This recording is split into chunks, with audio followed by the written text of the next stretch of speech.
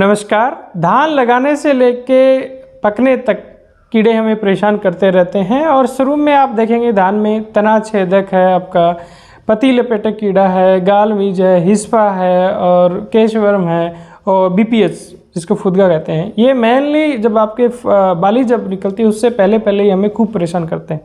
वैसे तना छेदक तो पूरे सीज़न ही हमें परेशान करता है। तो आज इस वीडियो रिपोर्ट में हम बात करेंगे कि जो बाली निकलने से पहले ये जो कीड़े आते हैं इनका हम कैसे प्रभावी इलाज कर सकते हैं, क्या सस्ते टेक्निकल मार्केट में अवेलेबल हैं, कौन से महंगे नए मॉलिक्यूल हैं जिनका लंबे समय तक रिजल्ट रहेगा। देखिए किसान भाइयों, शुरू में जब आप देखेंगे कि धान में मेनली तो आपका तना छेदक जो मान लो कि बाली निकलने से पहले आया है तो पूरा तने को आपको डेड हट बना देगा, वो सूख जाएगा पूरा तना, आप निकालोगे तो आराम से पौधा निकल जाएगा। और यदि बाली पे आता है तो बाली सूख जाती है। और राइस में जो एक पत्ती लपेटक कीड़ा आता है जो पत्ती को फोल्ड कर देता है, लीफ फोल्डर बोलते हैं, वो पत्ती को हरे भाग को खुर्च खुर्च के खाता है और वो पत्ती जाती है, इसकी भी काफ़ी समस्या आती है। और बीपीएच फुदगा ब्राउन प्लांट हॉपर, उसकी हम कभी और दिन बात करेंगे। वो एक बहुत बड़ी समस्या है, जहाँ होती है वहाँ तो, और जहाँ कम होता है वहाँ उससे कोई ज़्यादा खास नुकसान नहीं होता। जहाँ होता है वहाँ तो वो खेत के खेत जला देता है, तो उस पर हम सेपरेट बात करेंगे।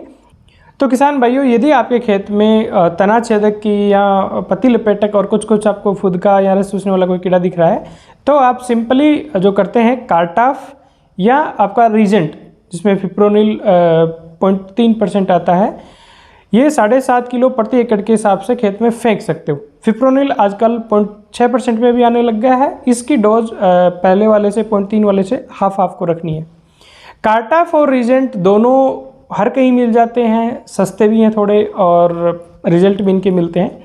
लेकिन आपके जैसे तना छेदक की या पत्ती लपेटक की प्रॉब्लम ज़्यादा है, आप नए मॉलिक्यूल के ऊपर जाना चाहते हो तो कुछ मार्केट में नए मॉलिक्यूल भी अवेलेबल हैं जिनका लंबा रिजल्ट रहता है। उसमें एक है आपका फर्टेरा जिसमें क्लोरेंट्रानिप्रोल 0.4% आता है जो कोराजन वाला साल्ट है। ये आप 4 किलो प्रति एकड़ के हिसाब से खेत में फेंक सकते हो। इसके अलावा एक और साल्ट अवेलेबल है विटाको जिसमें क्लोरेंट्रानिप्रोल कोराजन वाला साल्ट 0.5% प्लस उसमें थायोमिथोक्साम 1% आता है। ये थोड़ा महंगा भी है।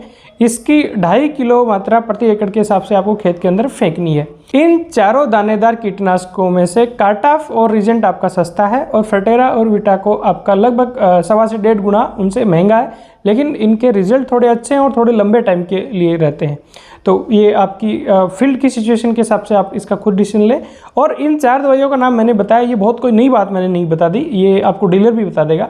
लेकिन सबसे इम्पोर्टेंट बात धान के अंदर जो कीड़े कंट्रोल के लिए मुझे लगती है वो ये है कि एक तो हम इन जो कीड़े जितने भी हैं, आपका तना छेदक हो चाहे फुदका हो या फिर आपका पत्ती लपेटक हो, इनकी जो मादा तितली है उसकी पहचान हमारी जरूर होनी चाहिए ताकि उसको देख के हम दवाई फेंक सके।